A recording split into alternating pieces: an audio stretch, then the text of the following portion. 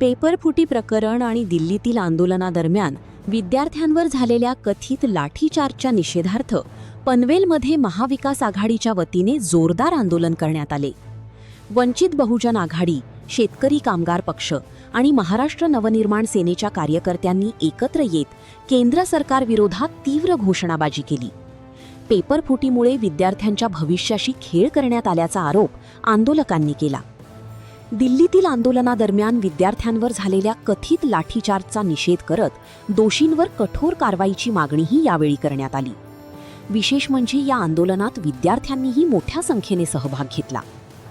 Paper फुटी प्रकरणाची निष्पक्ष चौकशी करावी, दोषींवर कठोर कारवाई करावी आणि विद्यार्थ्यांना न्याय द्यावा अशी मागणी आंदोलकांनी केली।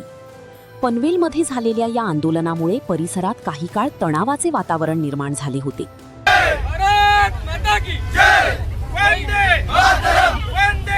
गेले 22 दिवस दिल्लीला जंतर मंतर मैदानावर सोनम वांगचुक हे या देशातले एक शिक्षण तज्ञ आहेत, पर्यावरणवादी चळवळवादी कार्यकर्ते आहेत। ते उपोषणाला बसलेले आहेत। त्यांच्या उपोषणाची दखल लोकशाहीची थट्टा करत सत्तेवर आलेलं केंद्र सरकार घेत नाही आणि ज्या पद्धतीनं आमच्या सहकार्यांनी सांगितलं की हुकुमशाही वृत्तीनं, तानाशाही वृत्तीनं सत्तेत लोकशाहीची चेष्टा करत लोकशाहीमधल्या ज्या काही कृत्या आहेत त्याचा वापर करत आले, पण वागणं मात्र हुकुमशहालाही लाजवणारं आहे, हिटलरलाही लाजवणारं आहे अशा पद्धतीनं काम करतायत। या कुणाही मंडळींनी सोनम वांगचुक यांच्या उपोषणाची दखल घेतली नाही।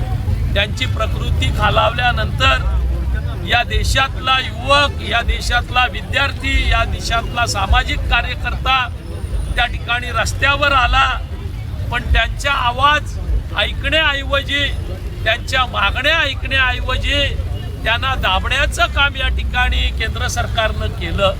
खरं तर 14 सालापासून 152 वेळा या ठिकाणी पेपर फुटीचा पराक्रम या शासनानं केला। या नीटच्या पेपर फुटीनंतर 21 तरुणांनी, 21 विद्यार्थ्यांनी आत्महत्या केल्या, पण या कशाची दखल केंद्र सरकार घेत नाही। 56 इंचाची छाती आणि संवेदनाशील मुख्यमंत्री, पंतप्रधान बनवणारे 21 विद्यार्थी आत्महत्या करत असताना त्याची दखल घेत नाही। कुणीतरी वैचारिक बांधणी बैठक असणारा कार्यकर्ता उपोषणाला बसल्यानंतर त्याच्या उपोषणाची दखल घेण्याऐवजी, त्यांच्याशी चर्चा करण्याऐवजी ते कधी मरतात याची वाट बघत हे सरकार बसलेलं आहे किंवा जागृत हो चुका है। देशातले विद्यार्थी, देशातला तरुण, देशातले कार्यकर्ते, सामाजिक चळवळीतले ज्यांनी मोठ्या उत्साहानं, अहममिकेनं या मंडळींना सत्तेत बसवण्यात वाटा उचललेला होता, ते आज जागृत झालेले आहेत आणि या 21 विद्यार्थ्यांच्या प्राणाच्या बलिदानातून आज देशामध्ये एक वेगळं वातावरण निर्माण झालेलं आहे।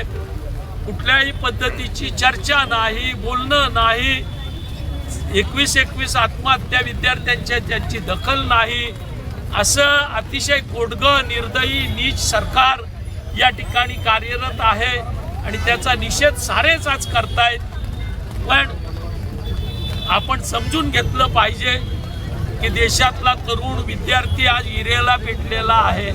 ज्या पद्धतीनं लाठीमार केला गेला, 14, 16 वर्षाच्या विद्यार्थिनींना त्या ठिकाणी बेदम मारलं गेलं, त्यांच्यासोबत काही महिला होत्या, त्यांच्यासोबत असणाऱ्या छोट्या बालकांना देखील लाठीमार केला गेला आणि निर्लज्जपणानं या गोष्टीचं समर्थन करतायत अशी परिस्थिती आहे। या सरकारचा नियम म्हणावा तर साधे आहेत की धर्मेंद्र प्रधान जे देशाचे शिक्षण मंत्री आहेत, जर पेपर फुटत असतील तर त्याची जबाबदारी देशाचा शिक्षण मंत्री घेणार नाही तर कुणी घ्यायची? केवळ कोणातरी किरकोळ अधिकाऱ्यांना बळी देऊन, तोंडावर फेकून हा विषय संपणार नाही।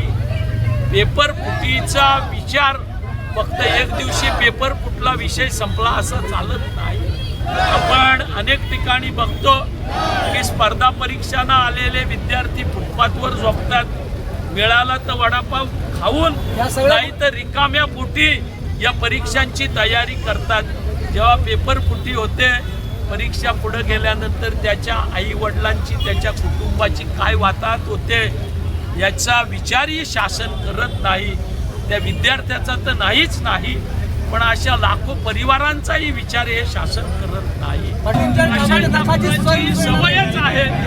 आपण बघितलं वडगरच्या आदिवासींचे झोपडे तोडताना सिडकोच्या अधिकारी आले. प्रशांत ठाकूरांनी सांगितलं आदिवासींची झोपडी तुटली तर मी त्या ठिकाणी आत्मदहन करेन. आत्मदहन राहिलं बाजूला. दुसऱ्या दिवशी सिडकोच्या अधिकाऱ्यांनी त्या ठिकाणी ते झोपडे उद्ध्वस्त केले. प्रशांत ठाकूरांनी काही केलं नाही. नव्या मुंबईच्या विमानतळाच्या नामकरणाबाबत प्रशांत ठाकूरांना आणि त्यांच्या साऱ्या लोकप्रतिनिधींना, नव्या मुंबईच्या त्यांच्या सहकार्यांना राज्याच्या मुख्यमंत्र्यांनी शब्द दिलेला होता की 2 महिन्यामध्ये हा विषय मी मार्गी लावून देतो. पंतप्रधानांच्या हस्ते उद्घाटन आहे. आपण काही वेगळा निर्णय घेऊ नका. लोक 2 महिन्याची 9 महिने थांबले. प्रशांत ठाकूर साधे मुख्यमंत्र्यांना विचारणाही करत नाहीत की बाबा दिबा पाटील साहेबांचं नाव विमानतळाला 2 महिन्यात देणार होतं. त्या ठिकाणी बालदी आत्मदहन करणार होते. प्रशांत ठाकूर राजीनामा देणार होते. तेही काही झालं नाही. कालची त्यांची भूमिका ही अतिशय निर्दयी अशी आहे. ज्या पद्धतीच्या स्टेटमेंट्स त्यांनी केल्या ते खऱ्या अर्थानं ते एका भांडवलदाराचा वारसदार आहे त्याचं दर्शन घडवणारं स्टेटमेंट होतं. मी त्यांचा जाहीरपणानं निषेध करतो. प्रशांत ठाकूरांच्या जाहीरपणानं आम्ही करण्यापेक्षा किंवा पक्षीय पातळीवर करण्यापेक्षा या साऱ्याच विषयांवर दिबा पाटील साहेबांच्या नामकरणाचा विषय असेल, आज हा विद्यार्थ्यांचं आंदोलन असेल, या विषयावर सारे पक्ष, साऱ्या संघटना, सारे घटक एकत्र येऊन या ठिकाणी आंदोलन करतायत. त्याचं नव्हतंय. संध्याकाळी या ठिकाणी पनवेलकरांच्या वतीनं कॅन्डल मार्चचं आयोजन केलेलं आहे. आम्ही निश्चितपणानं या सोबत आहोत. मी थोडासा बाहेर होतो, पण आमच्या पक्षाच्या वतीनं जंतर मंतरवर विद्यार्थ्यांना पाठबळ देण्यासाठी आमचे प्रतिनिधी गेलेले. अतुल म्हात्रे, चित्रलेखा पाटील गेलेले होते. आम्ही शेवटी चळवळीच्या माध्यमातूनच विकास साधणारी किंवा कामं करणारी. त्याच्यामुळे या विषयातल्या प्रत्येक चळवळीमध्ये, प्रत्येक घडामोडीमध्ये आम्ही पूर्ण क्षमतेनं कार्यरत असो हा विश्वासही मी देतो. खरं तर महाराष्ट्र बंदचं हे ऐलान वंचित बहुजन आघाडीचे सर्वेसर्वा श्रद्धेय प्रकाश आंबेडकर साहेबांनी जरी केलं असलं तरी सगळ्यात महत्त्वाची गोष्ट ही समजली पाहिजे आपण की हे आंदोलन पर्टिक्युलर वंचित बहुजन आघाडीचं नाही आहे.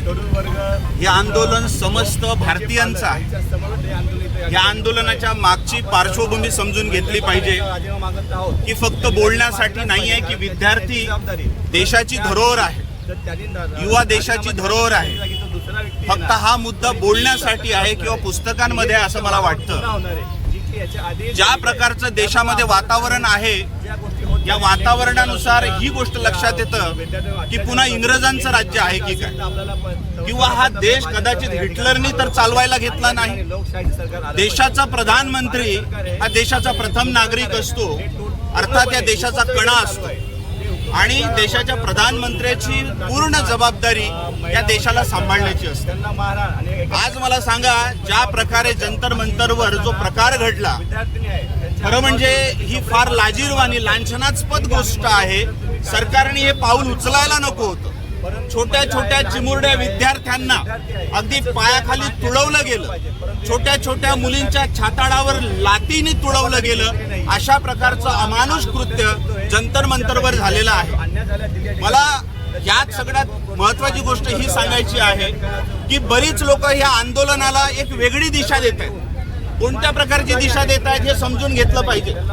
हे म्हणतात की विद्यार्थी शांततेने आंदोलन करणार होते, मग विद्यार्थ्यांनी आक्रमण कसं केलं, पोलिसांवर हल्ले कसे केलेत, किंबहुना गाड्या कशा जाळल्यात फोडल्यात, अशा प्रकारचा एक आरोप विद्यार्थ्यांवर केला जातो.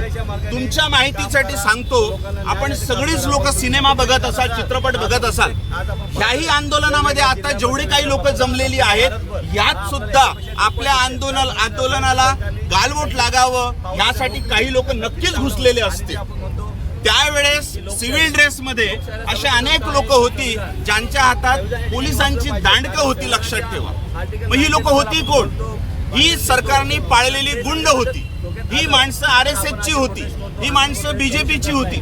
आमचा विरोध BJPला नाही आहे, आमचा विरोध सरकारला आहे. मग हे सरकार कोणाचं पण का असोना, विद्यार्थ्यांबरोबर अशा प्रकारची वागणूक ही प्रचंड अमानुष आणि लाजिरवाणी वागणूक आहे. आणि त्या आंदोलनाला बदनाम करण्यासाठी काही गुंड लोकांनी हे कृत्य केलेलं आहे.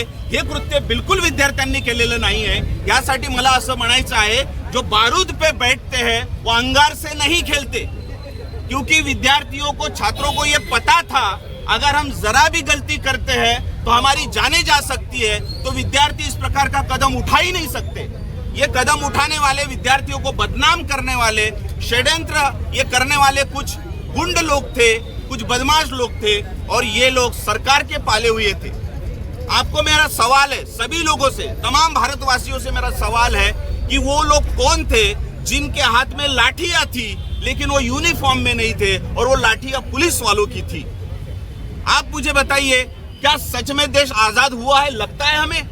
आज हमें आजाद देश में इनकलाब जिंदाबाद के नारे लगाने पड़ रहे हैं. ये कितनी गलत बात है. तो ऐसे सरकार का हम निषेध करते हैं. और सबसे बड़ी बात, सरकार की जो जिम्मेदारी होती है हमारे देश को संभालने की, अगर इतनी ही देश की पड़ी है, देश की चिंता है, छात्रों की चिंता है, तो अपना इस्तीफा दे दे. अगर आप इस्तीफा नहीं दे रहे, इसका मतलब आपको सिर्फ सत्ता की पड़ी है, कुर्सी की पड़ी है. इस देश की आपको बिल्कुल चिंता नहीं है, छात्रों की आपको बिल्कुल चिंता नहीं है. ये बात साबित होती है. तो मैं ऐसे सरकार को, चाहे शिक्षा मंत्री धर्मेंद्र प्रधान हो या देश के प्रधानमंत्री मोदी जी हो, हमें ये अधिकार हमारे संविधान ने दिया है. संविधान से देश चलता है, किसी पक्ष से देश नहीं चलता. और मोदी जी ये बीजेपी के अभी नहीं है, ये प्रधानमंत्री भारत के है, हमारे देश के है. तो यहाँ पर बीजेपी का और RSS का एजेंडा नहीं चलेगा. यहाँ पर संविधान का एजेंडा चलेगा. जिस संविधान के तहत आप सत्ता में बैठे हुए हो, आपने कसम खाई है देश के हित में, जनता के हित में, युवाओं के हित में, छात्रों के हित में हम कुछ करेंगे. क्या कर रहे हो आप लोग? छोटे छोटे बच्चों को, यहाँ तक ऐसी छोटी छोटी बच्चियों के सीने पर पैर रखकर रौंदा है आप लोगों ने. ये पुलिस कौन थी? बाहर के देशों से भाड़े से लाए हुए पुलिस थे. ये पुलिस भी हमारे थे. ये बच्चे कौन थे? ये बच्चे भी हमारे थे. हम सभी भारतीय थे. और हो क्या रहा था? जिस तरह से जनरल डायर ने किया, जिस तरह से अंग्रेजों ने किया, वो हुबहू परिस्थिति हमारे सामने नजर आ रही है. ये स्वतंत्र भारत की स्थिति तो नहीं होनी चाहिए. मुझे ऐसा लगता है ये तानाशाही है, और लोकतंत्र की आड़ में ये अपने देश में हुकूमत जताना चाहते हैं. और ऐसे सरकार का मैं निषेध करता हूँ. ऐसे सरकार ने तुरंत काय सांगाल यावेळेला? परवा 2 दिवसापूर्वी जंतर मंतर येथे जे नीटच्या परीक्षेसंदर्भात घोळ झाला आहे, आणि त्या ठिकाणी लाखो विद्यार्थी त्या ठिकाणी शांततापूर्ण आंदोलन करत होते. त्या ठिकाणी पोलिसांनी त्यांच्यावरती अमानुष लाठीचार्ज केला. त्याच्यामध्ये अनेक मुलींना देखील त्यांनी त्या ठिकाणी मारण्यात आलं पुरुष पोलिसांकडून. त्याचा निषेधार्थ आणि त्या नीटच्या जे विद्यार्थी आहेत त्यांच्या समर्थनार्थ या ठिकाणी आम्ही महाराष्ट्र नवनिर्माण सेना विद्यार्थी सेनेच्या वतीनं पनवेलमध्ये या ठिकाणी त्यांना समर्थन म्हणून या ठिकाणी आम्ही आंदोलन करत आहोत. काय अजूनही सरकारवर कुठलाही प्रेशर पडताना दिसत नाही? कारण धर्मेंद्र प्रधानांचा राजीनामा मागून घेतला जातो. हे सरकार आपल्याला माहिती निगरगट्टा सरकार आहे. लोकांनी काही बोलायला गेलं की अशा पद्धतीने लाठीचार्ज करायचा. जेव्हा मोदी सरकारवरती काही संकट येतं तेव्हा पोलिसांना पुढं करायचं. त्या बिचाऱ्या पोलिसांचा काही दोष नसतो, त्यांना शेवटी आदेश येतो, पोलिसांना पुढं करतात आणि मग अशा पद्धतीने आंदोलनं दडपण्याचा प्रयत्न करतात. परंतु मी या निमित्ताने सांगू इच्छितो की यापुढे अशी आंदोलनं दडपता आपल्याला येणार नाही. कारण आता भारतातील प्रत्येक नागरिक हा जागरूक झालेला आहे, त्यामुळे अशी आंदोलन तडपता येणार नाही. मनसे पुढे काय भूमिका घेणार आहे, कारण आता इथे आहे मनसे यापुढे जे सन्माननीय राजसाहेब सांगतील त्या पद्धतीने यापुढची भूमिका अधिक तीव्र करत जाईल. आणि आपल्याला माहिती असेल की याच पनवेलच्या भूमीमध्ये सन्माननीय राजसाहेबांनी 9 वर्षापूर्वी सांगितलं होतं की देश हा हिटलरशाहीकडे चाललाय. त्याचं प्रत्यय गेल्या 2-3 दिवसात आपल्याला या ठिकाणी येतं.